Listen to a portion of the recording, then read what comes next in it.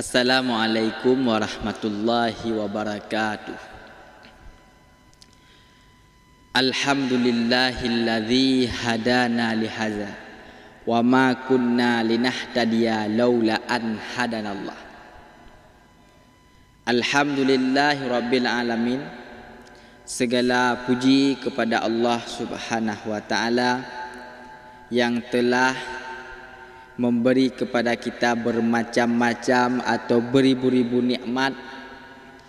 Kemudian selawat beriringan dengan salam, marilah sama-sama kita sanjung sajikan kepada seorang pemuda padang pasir yang rela istrinya menjadi janda dan anaknya menjadi yatim demi memperjuangkan agama Allah. Siapakah beliau? Beliau yang telah memperjuangkan dari alam jahiliyah hingga ke alam Islamiyah, dari alam kebodohan hingga ke alam yang penuh dengan ilmu pengetahuan, dari alam penyembah berhala hingga ke alam penyembah Allah Subhanahu wa taala. Siapakah beliau? Tidak lain dan tidak bukan. Beliau ialah baginda Rasulullah Muhammad sallallahu alaihi wasallam yang telah mengubah segala pola pikir manusia daripada pola pikir jahiliyah hingga kepada pola pikir Islamiyah. Hadirin yang terhormat dan yang dimuliakan oleh Allah Subhanahu wa taala. Allah telah melarang kita untuk menggibah ataupun mengumpat. Karena efek daripada ngibah ini ataupun mengupat ini sangatlah besar untuk kita. Karena menggibah ataupun mengupat ini dapat menarik pahala yang kita miliki kepada orang yang kita upat tadi. Kita memiliki pahala yang banyak. Akan tetapi kerjanya kita di setiap hari adalah mengupat atau mengatakan kepada orang lain ataupun menggibah orang lain, memperkatakan terhadap orang lain akan keburukan-keburukan pada dirinya. Maka hal ini wajar dan pantas dilarang oleh Allah Subhanahu wa taala. Umpamanya daripada mengupat adalah memakan daging saudaramu. Maka memakan daging saudaramu itu adalah dosa yang sangat besar yang engkau miliki. Bila di satu hari, di satu ketika engkau melakukan ataupun memperkatakan kepada orang lain akan buruknya, maka dirimu itu bila ada fahalamu, maka fahalamu itu akan ditarik olehnya. Dan bila fahalamu itu hilang ataupun habis, maka dosa orang yang kamu upat itu akan tertransfer untuk kita. Maka wajar dan pantaslah Allah dan Rasul melarang kita untuk menggibah terhadap orang lain. Bahkan menggibah atau mengupat ini dosanya dibagi menjadi 3. Ada dosa yang memang sesudah kita mengupat tadi kita minta maaf kepada orang yang kita upat. Misal kita berkata, kemarin aku mengupat kamu, aku mengatakan kepada dirimu seperti ini dan seperti ini. Apakah engkau memaafkan saya terhadap cercaan saya terhadap dirimu, terhadap upatan saya terhadap kamu? Apakah engkau memaafkannya?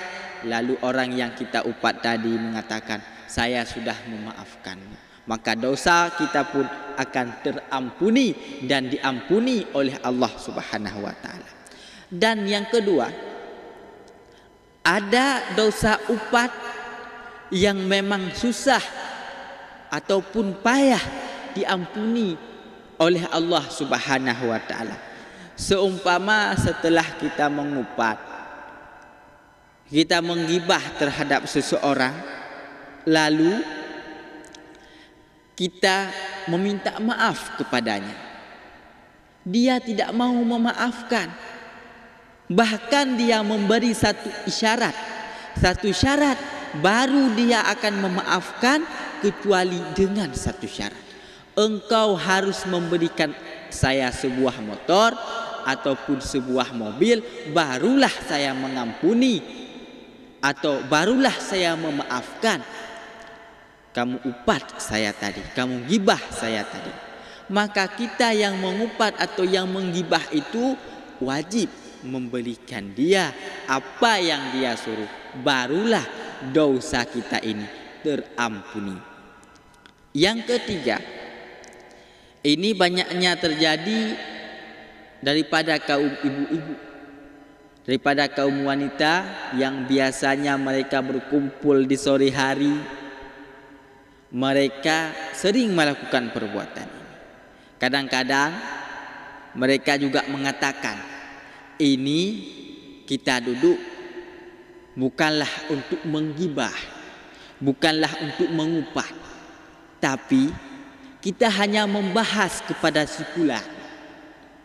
Akan tetapi dalam pembahasannya itu, dia membahas kepada orang lain kejelekan-kejelekan orang lain, mencerca orang lain, dan pada awalnya dia mengatakan ini bukan mengupat, tapi menjelaskan tentang si fulan.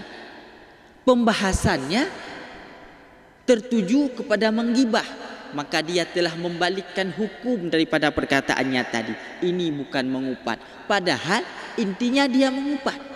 Maka ini bisa saja orang yang demikian menjadi kafir. Kenapa?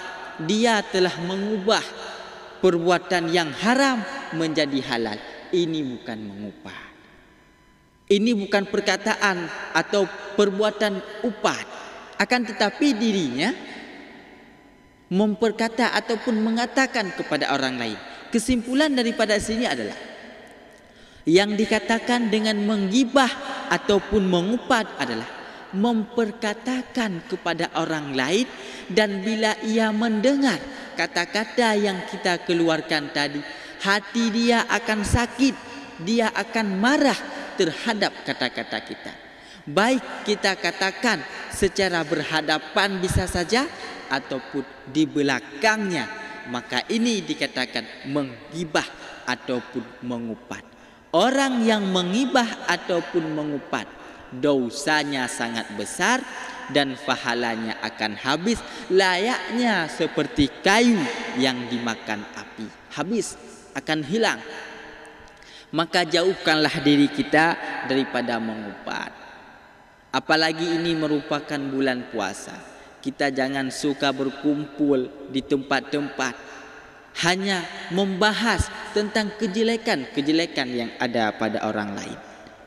Hanya ingin mengupat semata, memperkatakan si ini tidak benar, si itu tidak benar, perbuatan apa yang telah dia perbuat. Tetapi diri kita tidak pernah kita cerminkan bahwa diri kita ini kadang penuh dengan kesalahan. Kita hanya dapat menilai orang lain, tetapi diri kita tidak pernah kita nilai. Orang yang baik adalah orang yang mencerminkan kepribadiannya seseorang, tidak mencerminkan ataupun tidak menilai orang lain. Tapi nilailah diri kita ini. Apakah saya pada hari ini sudah menjadi orang yang baik? Apakah saya pada hari ini sudah menjadi orang yang dicintai oleh Rasul dan dicintai oleh Allah Subhanahu wa taala? Jangan kita sibuk menilai orang lain. Jangan kita sibuk menggibah akan orang lain, tapi gibahlah diri sendiri. Cerminkanlah diri sendiri. Apakah diri saya ini sudah menjadi seorang yang bertakwa kepada Allah Subhanahu wa taala? Maka jauhkan dirimu daripada menggibah. Puasa tapi dirimu disibukkan dengan menggibah, maka kamu tidak akan mendapatkan pahala daripada Allah. Pahalamu itu tetap saja nol. Kamu tidak memiliki pahala. Bila kehidupanmu hanyalah keseharianmu hanyalah menggibah semata, pahalamu, segala pahalamu akan hilang. Puasamu rugi, kamu tidak akan mendapatkan pahala jika kerja engkau sehari-hari adalah menggibah ataupun mengupat. Maka jauhkanlah diri kita daripada sifat ataupun perbuatan ini, karena perbuatan ini sangatlah dibenci oleh Allah Subhanahu wa taala. Semoga kita menjadi orang-orang yang selalu berfikir jernih dan berprasangka baik terhadap orang lain. Jadilah dirimu itu sebagai orang yang menjadi contoh teladan kepada orang lain. Dan jauhkanlah diri kita ini daripada tempat ataupun kelompok-kelompok orang yang menggibah. Karena bila ada orang yang menggibah, kita hanya sekedar mendengar sahaja, maka dosamu sama dengan orang yang menggibah. Jika ada orang yang menggibah, jika engkau bisa, maka larangkanlah mereka untuk tidak melakukan perbuatan ataupun perkataan menggibah tadi. Jika kamu mampu melarang, maka laranglah mereka.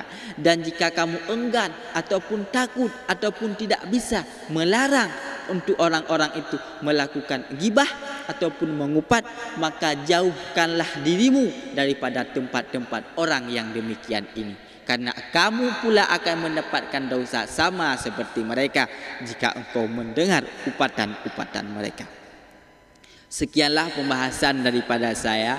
Semoga menjadi manfaat untuk diri pribadi saya, dan mudah-mudahan kita dapat menjauhkan diri kita daripada sifat menggibah ini. Karena sifat menggibah ini sangatlah merugikan diri kita sendiri. Wabillahi taufik wal hidayah. Assalamualaikum warahmatullahi wabarakatuh.